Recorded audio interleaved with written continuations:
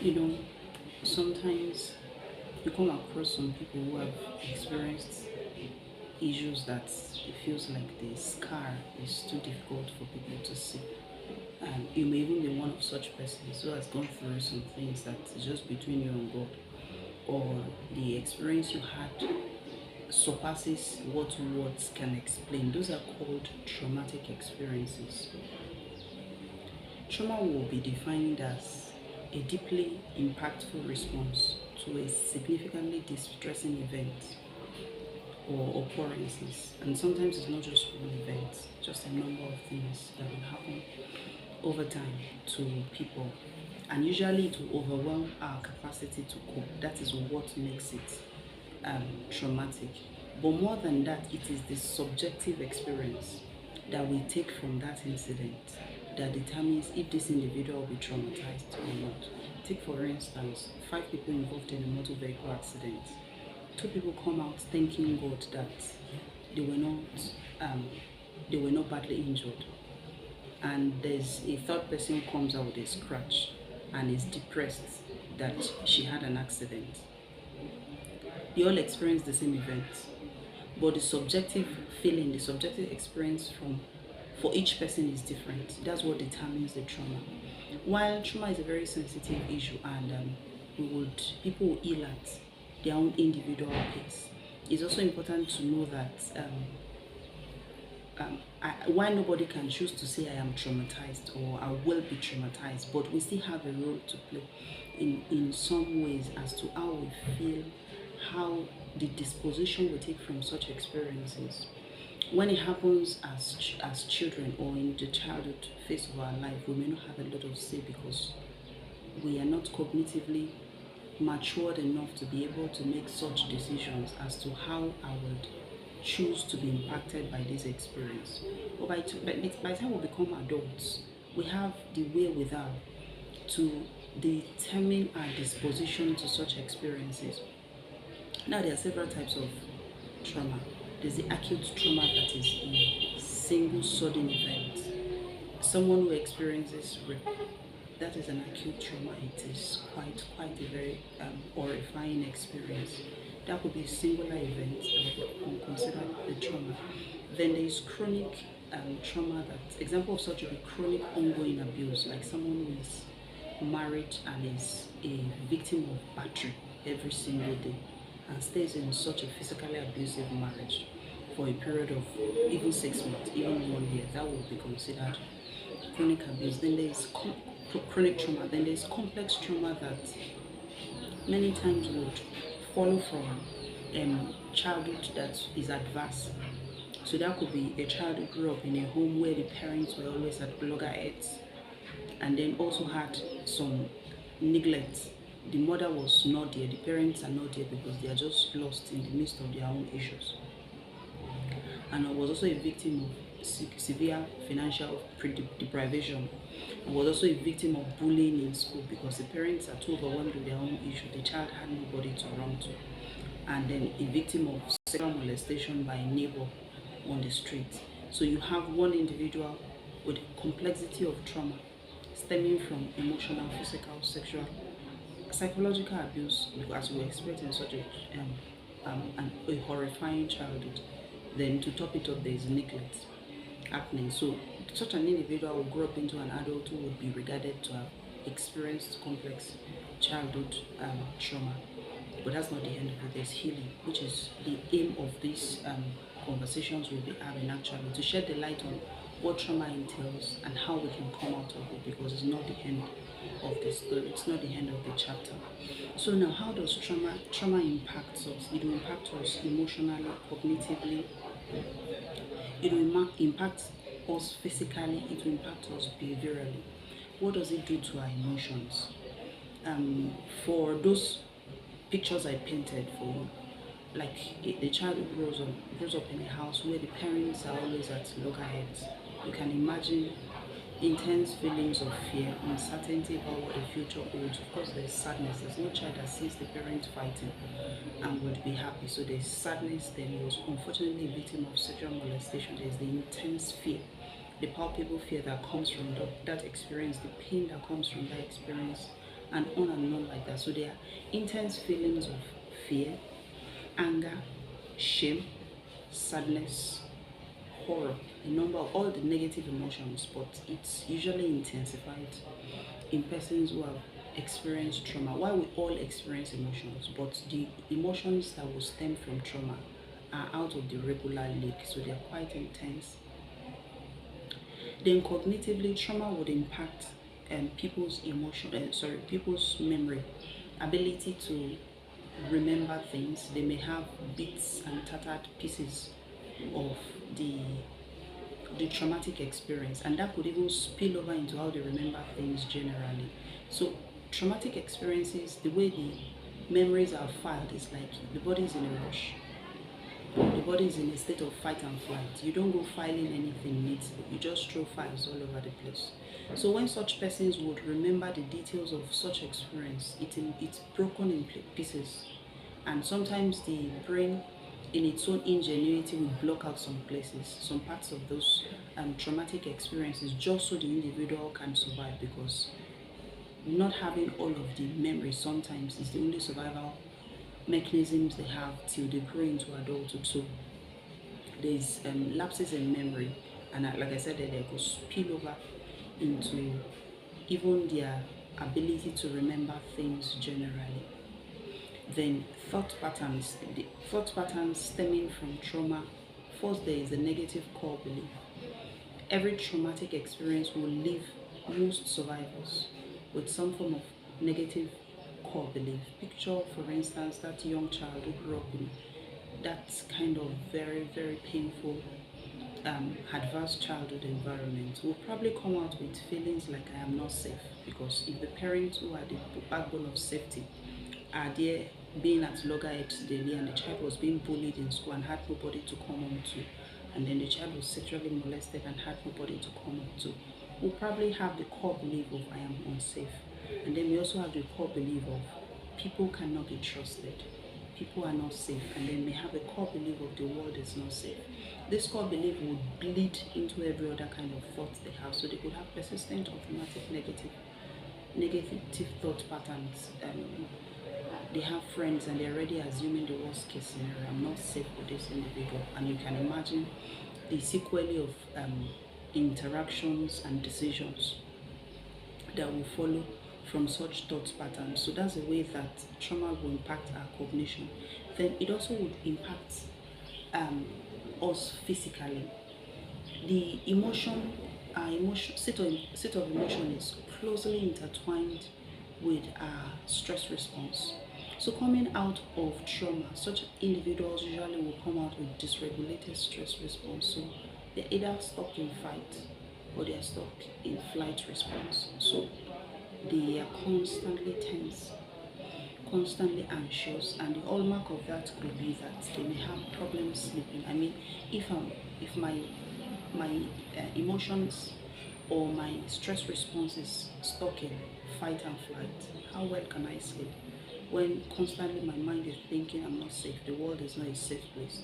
Going to bed may not be too easy. So such persons may have chronic insomnia, may have problem with sleeping, may have exaggerated startle response. You just shut the door quietly and then they startle, and it's a chronic recurrent thing, and then they cannot stop it. Such persons may have chronic pain disorders. Many times is closely associated with a history of traumatic experience. They could have psychosomatic disorders. Psycho is mind, somatic is body. So a disorder between the mind and body. So they have physical manifestations that is just rooted in the fear complex that is in the mind, and they have a lot of physical workup in the hospital and nothing comes up. Nothing comes up because the problem is not in the body. The problem is in the mind.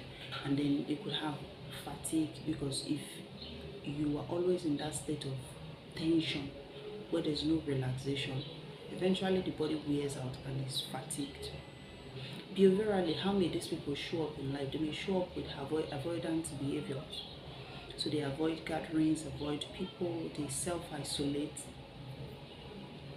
they withdraw from social activities, from friends. So those could be loners. And the ones who don't go towards the isolation pathway may engage in risky behaviors like addictions, substance use disorders, and many times, most persons that will come from a history of trauma would have difficulty forming relationships, and they would also have difficulty maintaining relationship, and it's still at the backdrop of those negative core beliefs: I am not safe, or I am not lovable, or the world is not a safe place, or people cannot be trusted, or people would always do bad things to you, and so many other series of negative core beliefs that may stem from a traumatic experience or a traumatic childhood. So because of that, they struggle with forming relationships, forming friendships, and forming and maintaining relationships. And in fact, when persons like that marry, they have not been intentional to go through the difficult and challenging path that leads to healing, because there's healing, there's recovery. They may end up bleeding into their marriage, such that they bleed over spouses who did not cut them, and that can also impact generationally. Then there's the issue in the marriage, then there's the issue with the children, and on like that. So now, having established this, what is the way forward? Really, trauma is not the end. Why trauma is quite a distressing experience for anyone who has gone through it. And I am not in any way undermining what has happened. It is to shed light on the possibilities that exist on the other side of the trauma. So first thing I want to say as a way forward is, I am sorry you went through whatever you went through. I know it must have been a massively impactful event negatively, but that's not the end of the story. You know, when we started, we said it is a subjective experience. So knowing that trauma is what happened in me subjectively, much more than the singular event, gives the individual the courage and the faith to know that healing is possible. So my healing is within me. It is not without. I mean, it's not outside of me. It's like I told you, those 5 people that had an accident when we started. The healing would be hinged on each individual taking himself or herself to a place to be treated. The healing is not at the site of the incident.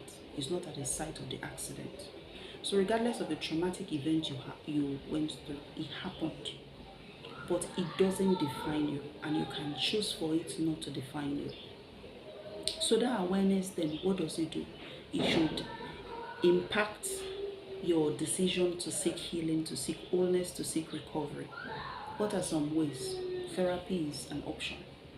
Finding a trauma therapist who is well informed, skilled, and has, in my own opinion anyway, has spiritual roots, because trauma at the end of the day would crowd our soul and erode out the life of God. Because if we heal the trauma, so what are we placing there to replace it? That's what I meant by the spiritual roots, because trauma will seed some very negative core beliefs. If we're going to approach it, it should be that we're intentional about putting some positive roots in place. So seek therapy. Then journaling is another wonderful thing, where such an individual begins intentional self-reflection to understand what has happened to them. How has this impacted me? How has this affected, or how is this affecting the way I show up in life? Then books, bibliotherapy is reading around or reading books by authors who have discussed such experiences and how to heal from it. Educational videos like this one you're watching. Now, for persons whose psyche and their mind has been so battered, such that they have frank mental health struggles, anxiety, depression, medication is also one of the ways to heal, just so that the stress response, the fight and flight response, could be maintained in a normal state, if I can use that word. Because the broken stress response is like a broken alarm system. So the body is always on alert. It's blipping red all the time when there's no danger. And sometimes when there's danger, it's off. It's not doing anything. So people like that can stay in toxic environments when their body should be going off this is a dangerous situation, don't be here. That's why they can take risky behaviors, can use substances, because those are dangerous things. You don't play with drugs. But again, because the alarm system has been turned off or is been broken, they don't know when it is safe and when it is not safe. So such persons may need medication. If there are psychotic manifestations that stems from such a traumatic experience, by all means, medication is an option. You know, as I always say, while faith is a weapon, medication is a therapy, is an approach. Therapy is an approach. Bibliotherapy is an approach. Watching educational video is an approach. Self-care is an approach. So meditation is one of such. Prayer is one of such. And then most importantly, I want you to remember you're not alone. For someone who is painfully a victim of rape, you may feel like I am the only one who went through this. Nobody else ever went through it. It's not. Even if you check the pages of the Bible, you'll see that some persons went through it. Unfortunately, David's daughter went through it. Jacob's daughter went through it. The one that was a victim of rape by a Shunammite, a Shechemite prince, and so many other things like that. So you name it, every trauma has been replicated in the Bible. You know when the Bible says the things that are written are 4 times, therefore are learning that we through the patience and comfort of scriptures might find hope. It is true. So on that premise, I would then say seek God with the whole of your being. While trauma will try to crowd out our soul, it will almost like it dumps junks in our souls. I'm sorry to use that word, but that's the way it feels. Such that all that flows from there is just pain, it's just misery, it's just shame, it's just bitterness, it's just hunger. And that way it would not allow the life of God to flow through such a soul into other people's lives. Seeking God is opening up and allowing Him to come in, so that He can help us to wade the murky waters of trauma and then begin to take them out moment by moment, day by day, in your place of reflection, in your place of prayer. So seek God and then seek the word of God. You can't seek God without seeking the word of God. You know, Jeremiah chapter 1 verse 5 says, before I formed you in your mother's womb, I knew you, I ordained you, and I made you a prophet unto the nations. So there's a version of you before the trauma ever happened. There's a version of you that was in the mind of God when He sent you to planet Earth. So while trauma will try to mar and confuse and bend and shift the alignment, let this video be an encouragement and a recalibration to the fact that there's a version of it God had in mind, just the same way He spoke to Jeremiah, and see to it that you take that courageous and intentional step towards healing. Then Psalm 139 verse 13 and 14 says, for you formed my inward parts, you covered me in my mother's womb. I will praise you, for I am fearfully and wonderfully made. Marvelous are your works, and that my soul knows so well. You know, when He says you are fearfully and wonderfully made, regardless of what trauma may make you feel like or look like, it's like I have a masterpiece of a vessel, and then by some strokes of bad luck, the vessel was involved in an accident and was badly shaped and badly bent. What do I need to do? I take it back to the manufacturer. Who is our manufacturer? God. And what did God say about our make? He says we are fearfully and wonderfully made. That includes you with all of the struggles, all of the pain, all of the trauma, all of the abuses that may have happened. So my encouragement to you is to take that courageous step to get past it, to insist that trauma will not be the end. Trauma will not be the end, because there's a whole lot of other positive story on the other side. And come with me, seek therapy, read books around it, watch educational videos around it, and just let this video be the motivation you need that will encourage you to begin your journey towards recovery and wholeness. Thank you very much. Bye.